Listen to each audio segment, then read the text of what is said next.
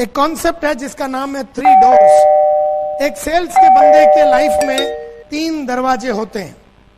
मेरे बॉस अनिल कुमार गुप्ता बोलते हैं कि कोई भी सेल्स के आदमी के पास 3 दरवाजे होते हैं। हम लोग सब सेल्स के बंदे हैं, हम लोग नेटवर्क मार्केटिंग के बंदे हैं, यानी कि हम लोग बेचने के बिजनेस में हैं। तो हमारे लाइफ में 3 दरवाजे होते हैं। सबसे पहला दरवाजा आपका घर का दरवाजा, जितना जल्दी हो सके निकल जाओ।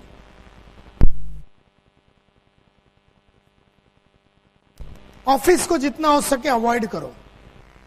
तीसरा दरवाजा आपका कस्टमर का दरवाजा, उधर टेंट लगा के सो जाओ,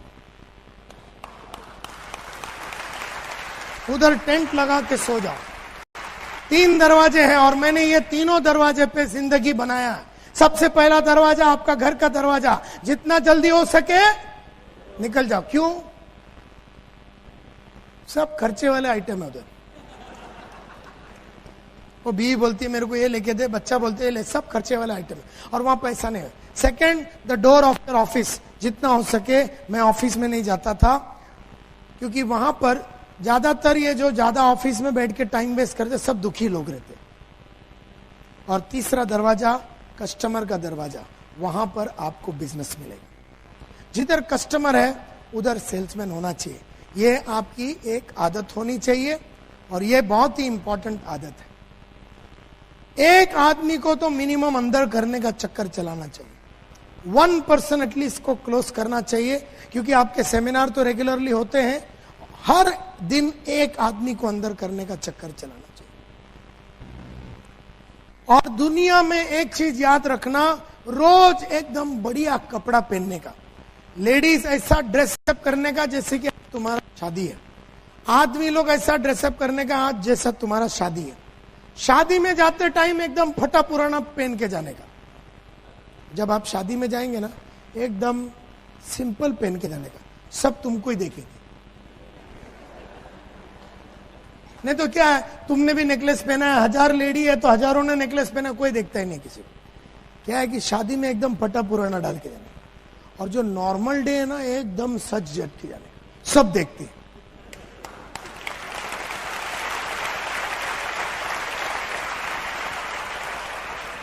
सब देखते सब, तो मेरा ये फॉर्मूला रहा है। जब भी मैं बिजनेस में जाता हूं, I am very well dressed. जब मैं शादी विधि पे जाता हूं, एकदम सिंपल। तो बिजनेस में भी लोग अपने को ही देखते हैं, शादी में भी अपने को ही लोग देखते हैं। ये गेम है। दूसरा, जितना हो सके फैमिली को इन्वॉल्व करो। जितना हो सके फैमिली को इन्वॉल्व करो। हस्बैंड, वाइफ, अगर बड़े ग्रोन अप बच्चे, इन्वॉल्व करो, क्योंकि ये बिजनेस में फैमिली का सपोर्ट बहुत ही इंपॉर्टेंट होता है।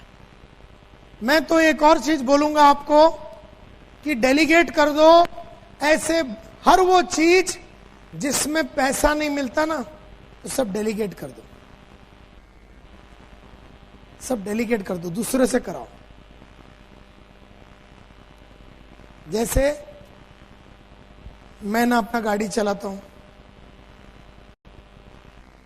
ना मैं ऑफिस में चेकबुक साइन करता हूं, ना कोई चीज खरीदता हूं, ना घर में कोई रिपेयर वर्क है। वो मैं कोई नॉन रेवेन्यू जनरेटिंग काम नहीं करता। नॉन रेवेन्यू जनरेटिंग काम, मैं सिर्फ रेवेन्यू जनरेशन काम करता हूं। यानी मैं आपके सामने खड़ा हूं तो अभी पैसा मिल रहा है। मेरे पहले लोग आ गए, सब सेट हो गया। मेरे 3-4 असिस्टेंट घूम रहे इधर, उन्होंने माइक सेट कर दिया। वो मेरे पहले आए, उन्होंने स्क्रीन सेट किया। मेरा लैपटॉप मेरे से पहला आया, पानी मेरे से पहला आया, माइक मेरे से पहला आया, सब सेट हो गया। मैं ऐसा कोई काम नहीं करता हूं जिसमें रोकड़ा नहीं आता।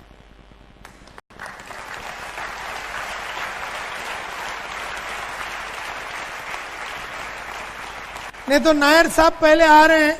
ये तो वही बात हो गई, आशा भोसले आज शाम को यहां गाने वाली है, तो सुबह बेचारी आ गई हॉल में। पहले तो हॉल साफ कर रही है, बाद में बाथरूम साफ कर रही है, बाद में वो सब इक्विपमेंट वगैरह लगा रही है, माइक टेस्टिंग वगैरह सब खुद कर रही है। उसके बाद बाहर खड़े रह के खुद ही टिकट बेच रही। शाम को कौन मेरा बाप गाएगा? शाम को लेट लेट के गाएगी वो फिर एकदम।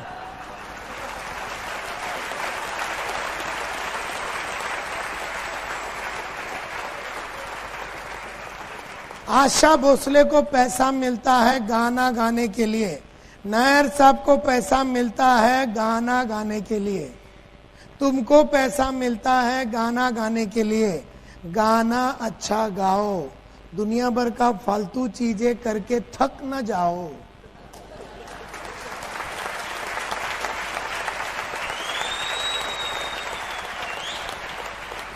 हम में से कई लोग शाम को 6 बजे एक्चुअली बहुत थक जाते, क्योंकि सुबह क्या बैंक में गया, दोपहर को हज का बिल भरा, 3 बजे क्रेडिट कार्ड के पीछे पड़े थे, 4 बजे गाड़ी सर्विस को गए थे, 5 बजे प्रेजेंटेशन है। मैकेनिक के मफत देंगे अपन, समझा कि नहीं? और तुम साला गुजराती लोग को कीड़े ज्यादा ही होते।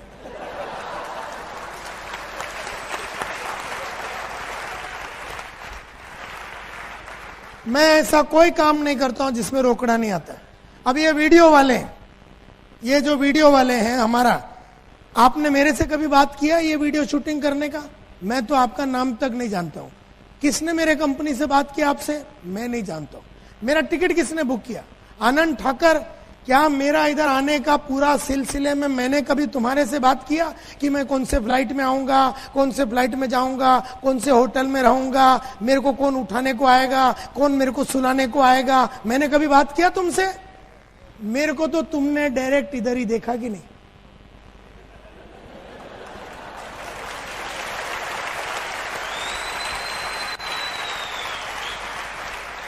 मेरा पेमेंट, मैंने आपसे पेमेंट का बात किया, ये डेट के बारे में मैंने आपसे बात किया? मैं तो खाली रोकड़ा।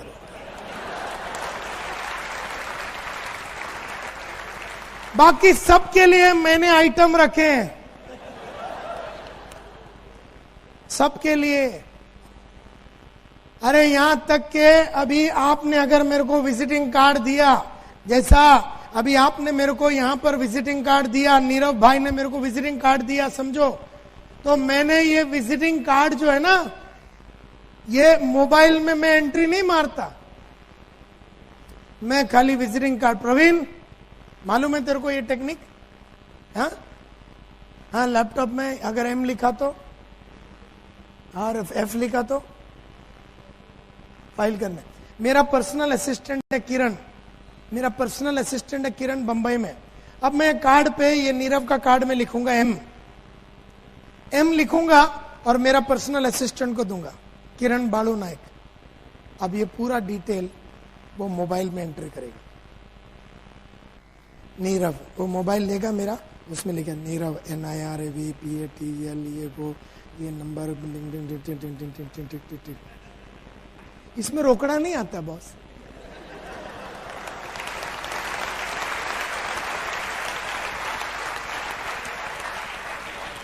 ना मैं डिजिटल में एंट्री मारता हूं, ना मोबाइल में एंट्री मारता हूं, ना गाड़ी सर्विस को लेके जाता हूं, ना घर का पेंटिंग, ना ऑफिस का पेंटिंग, ना कुछ भी नहीं करता मैं।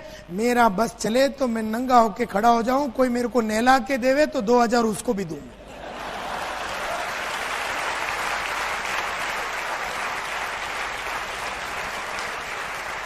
तो मैं खड़ा हो जाऊंगा, बोलेगा चल नहला, तो अपन सोच रहे हैं अभी ठाकर को पकड़ने का है कि अरविंद भाई को पकड़ने का, कहां से माल आएगा, रोकड़ा किधर से आएगा? बोलता सर हो गया, अच्छा ठीक है। मैं सिर्फ रोकड़े वाला काम करता हूं। मेरे को कभी भी तुम ऐसा कोई काम करते हुए नहीं देखेगा जिसमें पैसे नहीं आ रहे। लेकिन उसके लिए, सबके लिए मैंने 4000 वाला, 3000 वाला, 5000 वाली, 8000 वाला, 2000 वाला, सबको मैंने सेट करके रखा और मैं सबको पालता हूं, क्योंकि मैं खाली माल कमाता हूं। हम में से कई लोग सब काम खुद ही करते हैं। हम अगर धंधे वाले हैं तो हम खाली रेवेन्यू जनरेशन एक्टिविटी करना चाहिए, बाकी सब डेलीगेट कर देना चाहिए। बेचने का जिधर है ना, बेचने का, खड़े रह के जरा फंडे पिंडे मारने का, उधर बराबर डांस करने का और पूरा दिन उसकी तैयारी करने का, कैसे बात करूंगा, किसको पटाऊंगा, किसको लूंगा, क्या डायलॉग मारूंगा। पढ़ाई लिखाई करो, बेचो, पढ़ाई लिखाई करो, बेचो, बीच का सब काम आइटम लोग से कराओ। मार्केट में होलसेल में मिलते हैं,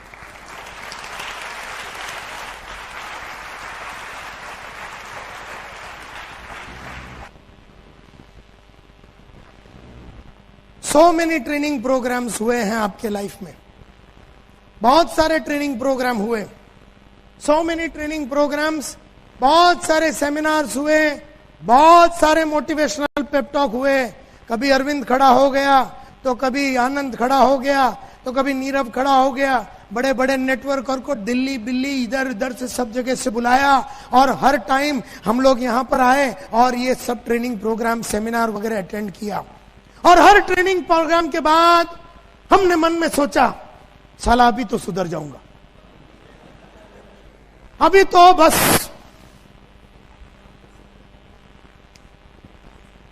बस सर आनंद साहब लिख लो। ये महीने से आपने बराबर मेरे को आज समझाया कि पिछले 3 महीने से मैंने काम नहीं किया, लेकिन आपका आज का जो टॉक था ना आनंद भाई, हिला डाला। बस ये महीने से 10-10 आदमी को मैं जोड़ने वाला है। आप लिखो।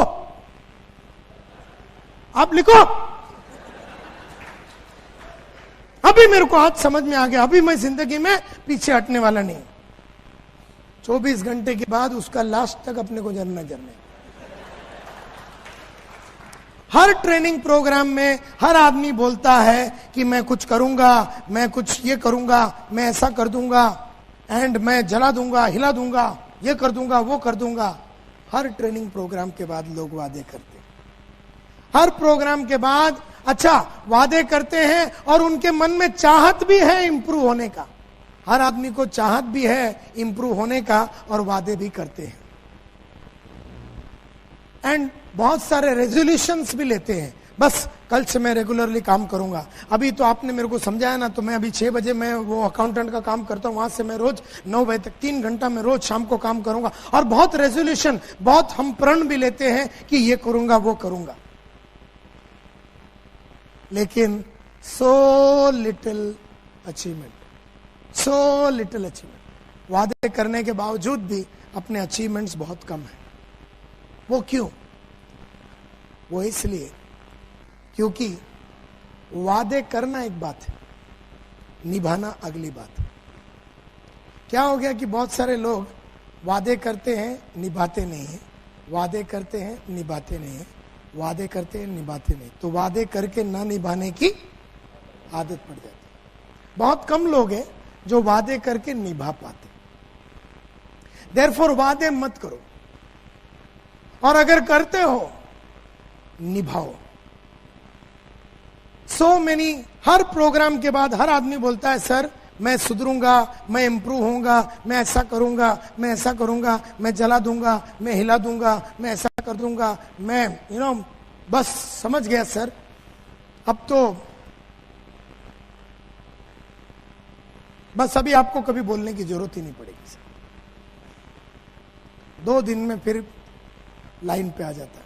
क्योंकि क्या है, अगर आपने आज वादा किया ना कि मैं फील्ड पे जाऊंगा, तो आज सुबह या आज शाम को आपको जाना है, फिर कल सुबह उठ के फिर वादा आने का, और कल फिर जाना है, और परसों फिर उठना है और वादा करना है और फिर जाना है, और तरसों फिर उठना है और वादा करना है और फिर जाना है, और उसका अगला दिन फिर वादा करना है और फिर एक्चुअली जाना है।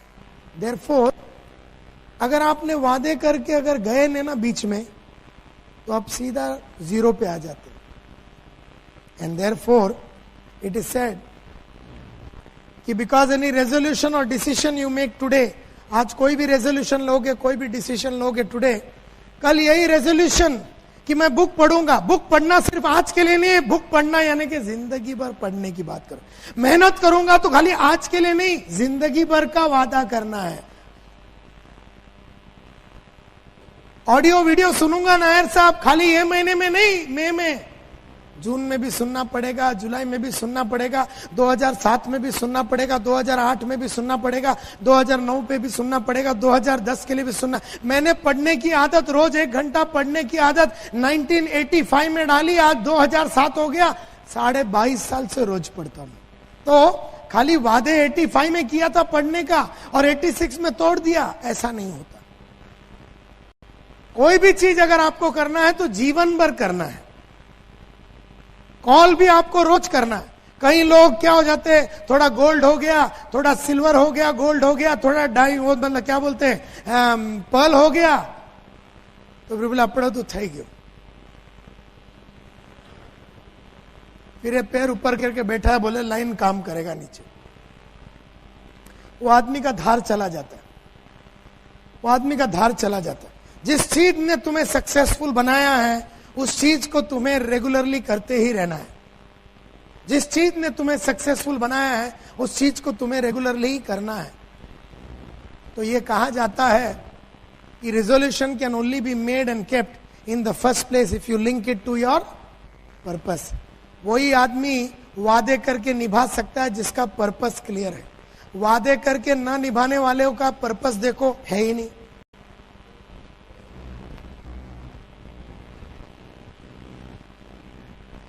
Purpose must B big. Purpose बड़ा होना चाहिए, पर्पस छोटा नहीं होना चाहिए। पर्पस सेंटिमेंटल होना चाहिए, पर्पस इमोशनल होना चाहिए, यानी कि दिल की बात होनी चाहिए। Purpose must be continuous, purpose continuous होना चाहिए। एक के बाद एक, एक के बाद एक, एक के बाद एक, एक के बाद एक, एक के बाद एक, एक के बाद एक, एक के बाद लाइन से ऐसा 5 साल में कम से कम 30 पर्पस लाइन से लगे हुए। ऐसा पर्पस होना चाहिए। ये नहीं कि अपने को एक घर लेने का, 2 बेडरूम हॉल किचन लेने का, एक पर्पस। और क्या हो जाता है, बहुत मेहनत करके नेटवर्क में बहुत मेहनत करके बहुत एफर्ट डाल के इधर उधर भाग भाग के एक घर ले लिया। घर ले लिया तो इसका जूस निकल गया, इसका वारंटी खत्म हो गया, क्योंकि इसके पास अगला क्या करने का कुछ मालूम ही नहीं है, और फिर ये रडार से निकल जाता है। सो पर्पस मस्ट बी कंटिन्यूस। जैसे जब मैं सेल्समैन था तो मैंने बोला मेरा अगला पर्पस है कि मैं बनूंगा ग्रुप लीडर। जब मैं ग्रुप लीडर बना, मैंने अगला पर्पस रखा कि मैं सेल्स सुपरवाइजर बनूंगा। तब मैंने अगला पर्पस रखा कि मैं ब्रांच मैनेजर बनूंगा। फिर मैंने अगला पर्पस रखा कि मैं डेप्यूटी डीएसएम बनूंगा। फिर मैंने अगला पर्पस रखा कि मैं डीएसएम बनूंगा। फिर मैंने अगला पर्पस रखा कि मैं आरएसएम में डीएसएम सीनियर डीएसएम बनूंगा। फिर मैं अगला पर्पस रखा कि मैं रीजनल मैनेजर बनूंगा। फिर मैं अगला पर्पस रखा कि मैं डीजीएम बनूंगा, डीजीएम। फिर मैंने अगला पर्पस रखा कि मैं जीएम बनूंगा। फिर अगला पर्पस था मेरा वाइस प्रेसिडेंट बनने का। फिर अगला पर्पस था मेरा डायरेक्टर बनने का। और फिर मैंने बोला कि एक बार 1988-89 की बात है, तब मैंने पर्पस रखा कि मैं मेरी बड़ी बहन का शादी कराऊंगा और इसके लिए मेरे को इतना लाख रुपए का जरूरत है। भागा, बहुत सारे एफर्ट डाला और बड़ी बहन का शादी करा। उसके साथ साथ मैंने लाइन से पर्पस लिख के रखा था कि अब मेरे को छोटी बहन का शादी करा। छोटी बहन के लिए इतना पैसा लगेगा, उसके लिए भागा, बहुत सारे फायर एक्सटिंग्विशर और बहुत सारे वैक्यूम क्लीनर बेचे और उसका शादी कराया। फिर एक पर्पस रखा कि मैं एक ट्रेनिंग कंपनी चालू करूंगा और ये तारीख को चालू कर। फिर उसको मैंने चालू किया। फिर मैंने बोला कि 1992 में मैं कार लूंगा, फिएट गाड़ी, तो वो पर्पस रखा। बराबर वो पर्पस रखने के बाद मैं उसके पीछे भागा। अगला पर्पस रखा मैंने मारुति 800। 1996 में अगला पर्पस रखा कि मैं मारुति एस्टीम लूंगा 14 सितंबर को। अगला पर्पस रखा कि मैं सोनाटा लूंगा, ये दोनों गाड़ी रखूंगा, ये सोचा। और उसके बाद मैंने बोला मर्सिडीज बेंज लूंगा 29 सितंबर को। अगला पर्पस है कि तीनों गाड़ी को रखना है। और फिर मैंने 1998 में मैं जब अपने फादर के साथ रहता था तो मैंने एक 2 बेडरूम हॉल किचन 26.5 लाख में लिया। जो दिन मैंने वो गाड़ी खरीदा, मतलब घर लिया, मैंने अपनी बीवी को बोला अगला पर्पस क्या है। उसने बोला मेरे को 15 लाख रुपया दे दे और मैं घड़ी बढ़िया सा इसको घर को बनाऊंगा। 26.5 लाख का घर लिया और 15 लाख रुपया ऊपर से कमाना था। भागा वो 15 लाख रुपया कमाया, उसका बढ़िया सा रिनोवेशन किया और वो घर के अंदर मैं 8 दिसंबर सन 2000 को घुस गया। जब मेरा वो किया, मेरा अगला पर्पस था कि मैं मेरा बापू का घर खरीदूंगा। बात ऐसा हुआ माय डियर फ्रेंड्स कि सन 2000 में एक दिन मैं घर पहुंचा तो बोला डैडी ने बुलाया। डैडी मेरा बाजू, हम लोग साथ में रहते थे। फिर हमने वो साथ बड़ा वाला घर लिया तो डैडी बोला मैं यही बिल्डिंग में रहता हूं। मैं बोला ठीक है, कोई बात नहीं, उधर से भी आ सकते हैं, इधर से भी आ सकते हैं। दिल करता था इधर रहते तो उधर रहते। मैं बोला कोई प्रॉब्लम। एक दिन मैं घर गया डैडी को मिलने को, बड़ा मूड उनका बड़ा डाउन था। मैं बोला क्या बात है? बोला नहीं कुछ नहीं। मैंने बोलो। बोलते यार घर बेचने का ही है। मैंने ये घर जिसमें फादर 40 साल से रह रहे थे और दिल का टुकड़ा था, बढ़िया सा गार्डन था, मैं बोला ये घर क्यों बेचना आपको? बोलता है मैंने लाइफ में कभी ये दोनों बेटियों के लिए कुछ नहीं किया, तेरे लिए तो मैंने कुछ भी नहीं किया, बेटियों के लिए भी कुछ नहीं किया, बड़ी वाली और छोटी वाली। सोचता हूं क्योंकि पिछले 1985 से मैंने पूरा मतलब ठेका लिया घर को चलाने का, और इतना बढ़िया तरीके से जिंदगी, फादर मदर सबका जितना उधार बिधार सब चुका बिका के लाइफ को एकदम हसीन और एकदम फास्ट ट्रैक पे डाल दिया। ऐसे में फादर को ऐसा लगा कि मुझे कुछ बेटियों के लिए करना चाहिए। मैंने आपको ये घर बेचना और बेटियों को देना, ऐसा उनको कोई वादा किया है कि आपने? क्योंकि शादी तो मैंने करा था 10-10 साल पहले, तो आपने उनको कोई वादा? बोले नहीं नहीं नहीं, मेरा दिल कर रहा है। बोला अच्छा, आपको ये घर बेचने का, पैसे बेटियों को देना है। बोला ठीक है, मेरे को 2 दिन दो। 2 दिन मैंने सोचा और मैं गया। बोला ठीक है, आप ये बताओ ये घर कितने में बेचने का? बोलता है 10 लाख में। बोला ठीक है, ऐसा करते हैं, ये घर मैं ही खरीद लेता हूं, ये घर मैं ही खरीद लेता हूं, मैं आपको 10 लाख देता हूं, आप दोनों बेटी को 5-5 लाख रुपया दे दो। बोलता बढ़िया आइडिया, फिर अगर तू भी मतलब ऐसा करता तो फिर अपन बोलते हैं कि, बोलते 10 लाख में नहीं, फिर 7.5 में बेचूंगा और 3 टुकड़े में बांचूंगा, 2.5 तेरा, 2.5 उसका, 2.5 इसका, मेरा ही बाप मेरा ही पैसा, मेरे को ही देने का बात कर।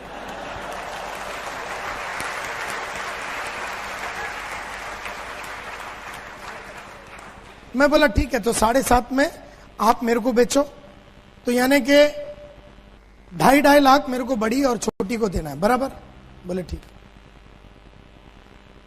और मैंने थोड़े दिन में काम करके पैसे कमा के 10-15 दिन में मैंने पैसे कमाए और फादर को जाके मैंने 5 लाख दिया, जो उन्होंने बड़ी बहन को दे दिया और छोटी बहन को दे दिया। घर अभी भी उनके नाम पे है। अगर कल मेरा बापू बोलता ना मेरे को ये घर बेचने का, मैं फिर खरीदेगा और फिर उनके नाम पे रखेगा, और परसों अगर उसको वापिस बेचने का, मैं फिर अपने बाप के लिए इतना नहीं किया तो साला अपन लोग घूम के क्या फायदा।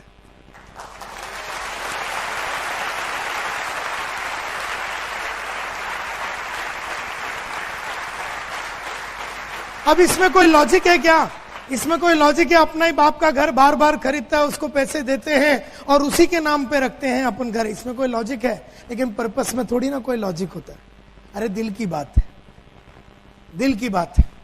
थोड़े दिन पहले मैं ऐसे टाइम्स ऑफ इंडिया पढ़ रहा था, तो मेरी बीवी बाजू में आ गई, मेरे को बोलती है मेरे को एक हुंडा एसेंट खरीद के देता है क्या? वो तो ऐसी बात करी जैसे अपन चाय पीते हैं ना। मतलब 4 बजे चलेंगे शाम। बोले किधर? बोला गाड़ी खरीदना। और क्या?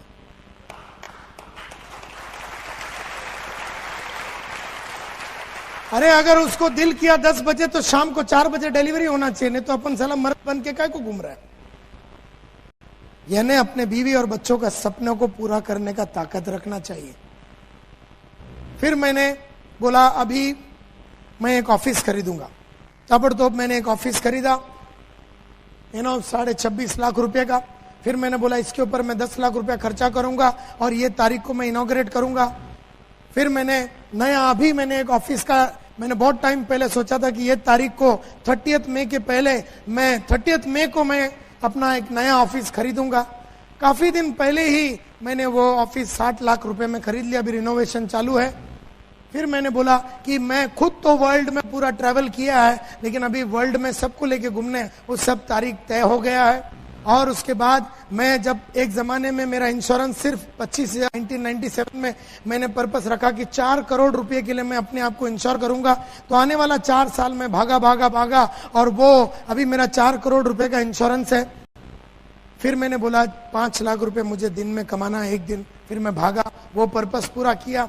फिर मेरे को रिटायरमेंट के दिन 5 करोड़ रुपया कैश में चाहिए, और वो कैश का बंदोबस्त करने के लिए मैं हर महीना 1 लाख रुपया सिस्टमैटिक इन्वेस्टमेंट प्लान में डालता हूं। अगले साल से 2 लाख रुपया डालूंगा, उसके अगले साल से हर महीना 3 लाख, उसके अगले साल से 4 लाख, उसके अगले साल से हर महीने में 5 लाख रुपया मैं डालूंगा। इस तरह से 1.8 करोड़ पूरा कैलकुलेशन किया हुआ है।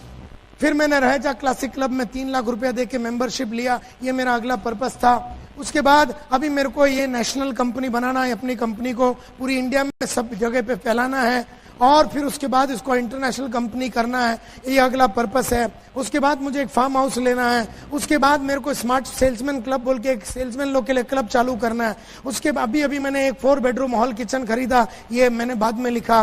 और उसके बाद इस तरह से पर्पस एक के बाद एक के बाद एक के बाद एक के बाद एक के बाद एक के बाद ऐसा लाइन से। और अगर आप देखेंगे 97 में बहुत कुछ हुआ, 98 में बहुत कुछ हुआ, 99 में बहुत कुछ किया, 2000 में बहुत कुछ, 2001, 2003, हर साल में कुछ ना कुछ बड़ा हो रहा है। एक ऑफिस आ रहा है, घर आ रहा है, कार आ रहा है, ये आ रहा है, वो आ रहा है। रुका नहीं, थका नहीं, ठहरा नहीं, बिल्कुल बैठा ही नहीं। You see my dear friends, the things I give to my father, my mother, जो चीजें मैं अपने माँ बाप को देता, मेरे फादर ने मन में सोचा मैं विदिन 1 आवर डिलीवरी कर देता हूं। 1 आवर, बोले यार मेरे को ये चाहिए।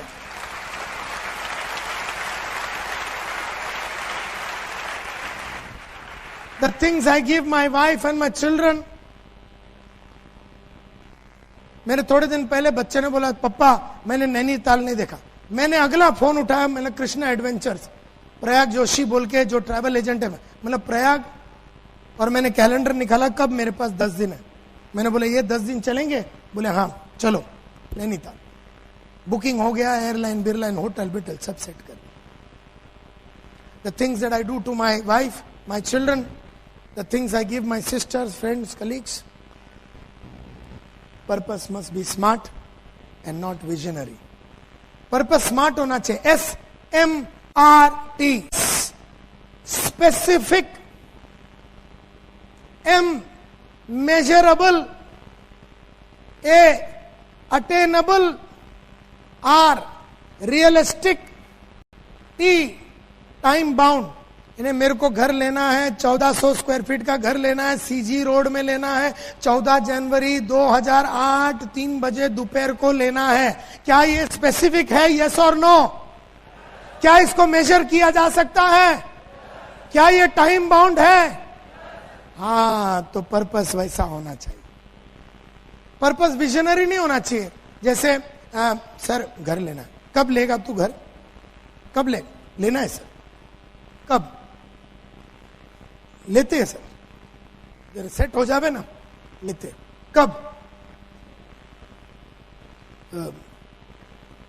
2-3 साल में लेते, 2 या 3 साल से, 3 साल में, 3 साल में कभी लेंगे? हम लेते हैं सर 2009 में ले लेंगे घर। 2009 में कब? दिसंबर, क्योंकि उसके आगे कोई महीना ही नहीं है। दिसंबर में लेंगे। तारीख 31, क्योंकि 41 तो है नहीं तो साला 41 तू पकड़, 41 पकड़ लेता है, क्योंकि 31 है तो बोल के उसको पकड़ा। तो अभी लिख दे। अभी लिख कैसे देंगे सर? सो बहुत जन का ना जो पर्पस है वो खाली विजन में होता है, ख्यालों में होता है, मन में होता है, लिखा हुआ कुछ भी नहीं। Purpose must not be logical. Logically देखा जाए तो महेश भाई जो है हीरो होंडा में अपनी पूरी जिंदगी निकाल सकता है। लॉजिकली देखा जाए अंतिम संस्कार वो 2 बेडरूम के हॉल किचन के अंदर हो सकता है। लॉजिकली देखा जाएगा तो तुमको कोई घर की जरूरत नहीं है, बापू ने आया वही काफी है। लॉजिकली देखा जाएगा तो तुमको कार की जरूरत नहीं है, बड़ा पैसा कमाने की जरूरत नहीं है। लॉजिकली देखा जाएगा तो गुजराती मीडियम में अपने बच्चों को पढ़ाया जा सकता है, अमेरिका में बेच के अपने बच्चों को पढ़ाने की कोई लॉजिक है नहीं। लॉजिकली देखा जाएगा तो जैसी जिंदगी चल रही है वैसे जिंदगी को चलाया देना जाना चाहिए। लॉजिकली देखा जाएगा तो पैसे कमाने की जरूरत नहीं है। लॉजिकली देखा जाएगा तो कुछ बड़ा बनने की भी जरूरत नहीं है। लॉजिकली देखा जाए तो सिल्वर भी रह जावे 50 साल तो कोई फर्क नहीं पड़ने वाला। लॉजिकली देखा जाएगा तो डायमंड बनने की जरूरत ही नहीं है। लॉजिक में कोई मस्ती नहीं है बॉस। लॉजिकली देखा जाएगा तो मैं आज भी एक न्यूज़पेपर वेंडर रह सकता था। Purpose must not be logical. Purpose logical नहीं होना चाहिए, क्योंकि there is no inspiration in logic. Logic में कोई इंस्पिरेशन नहीं है, because there is no courage in logic. Logic में कोई करेज नहीं, अपने काबिलियत का एक्सप्लॉइटेशन नहीं होता। लॉजिक में देर इज नो हैप्पीनेस, क्या लॉजिक है अपने बाप को घर को बार बार खरीदने? क्या लॉजिक है अपनी बीवी ने 10 बजे बोला तो 4 बजे डिलीवर? क्या लॉजिक है अपने बच्चे ने बोला नैनीताल जाना तो ठग करके अपने? लॉजिकली देखा जाएगा तो ये सब पॉसिबल भी नहीं है, ये सब करने की जरूरत नहीं। लॉजिकली देखा जाए तो हीरो होंडा में तुम्हारा अंतिम संस्कार हो सकता है। लॉजिकली देखा जाएगा तो अगला गाड़ी लेने की कोई जरूरत नहीं। लेकिन फिर लॉजिक में अपने ताकत का इस्तेमाल भी तो नहीं होता है, अपने में कैपेसिटी है इसका मालूमात भी तो नहीं होता। सिर्फ लॉजिक में सेटिस्फैक्शन होता है। There is only satisfaction in logic. मेरे को एक ही लॉजिक समझ में आया है लाइफ में। मैं लास्ट में इतना ही बोल के कंक्लूड करना चाहता हूं कि मेरे को एक ही लॉजिक समझ में आया।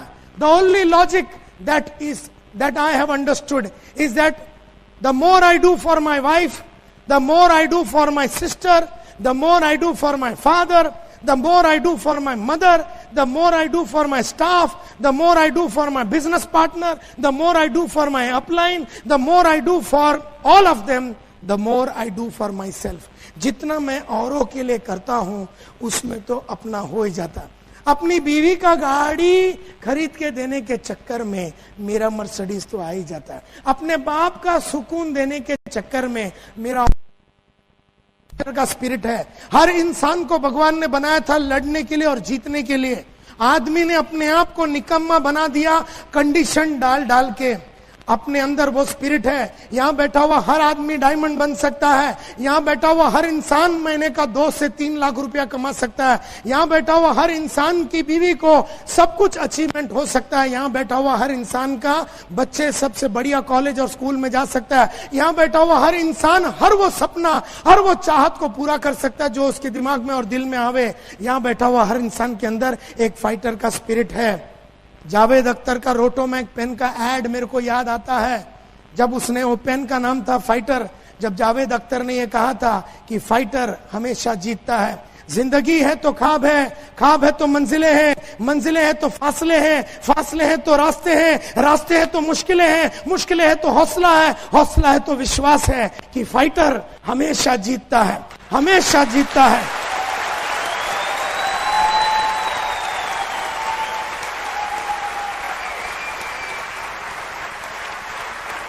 न कभी थकना तुम, न कभी थकना तुम, न कभी रुकना तुम, न कभी ठहरना तुम।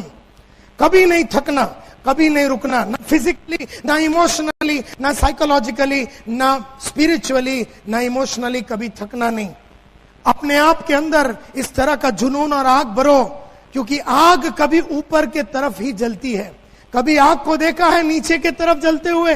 कुछ भी डालो वो ऊपर ही जाती है। उसमें केरोसिन डालो तो ऊपर जाती है। अपने आप को ऐसा बना दो कि अपना अंदर जितना नॉलेज हो सके भर डालो, जितनी अच्छी काबिलियतें हो वे भर डालो, जितनी अच्छी अच्छी आदतें सब भर डालो। जितनी अच्छी चीजें भरोगे वैसा आप आग में तकते रहोगे। और आग ही आग में जब आदमी तकता है और जब तब के वो बड़ा इंसान बनता है, तभी वो एक रोल मॉडल बनता है। उसको देख के दूसरे उसके माफत बनने की चाहत को पैदा करता है। आपको मिलने के बाद लोगों के मन में इस तरह का विश्वास आना है कि मुझे इस इंसान के माफत बनना है, और आप लोग सब कर सकते हैं, ऐसा मेरा 100% विश्वास है। Thank you very much.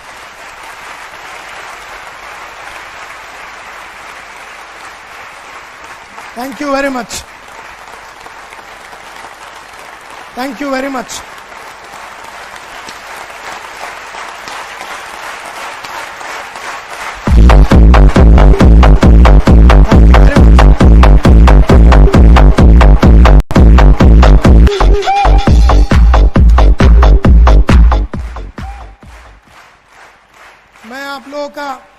आप लोग इतने लंबे लंबे जगह से, बंबई से, सूरत से, बड़ौदा से, राजकोट से सब आए, इसके लिए मैं तहे दिल से आपका शुक्रिया अदा करना चाहता हूं।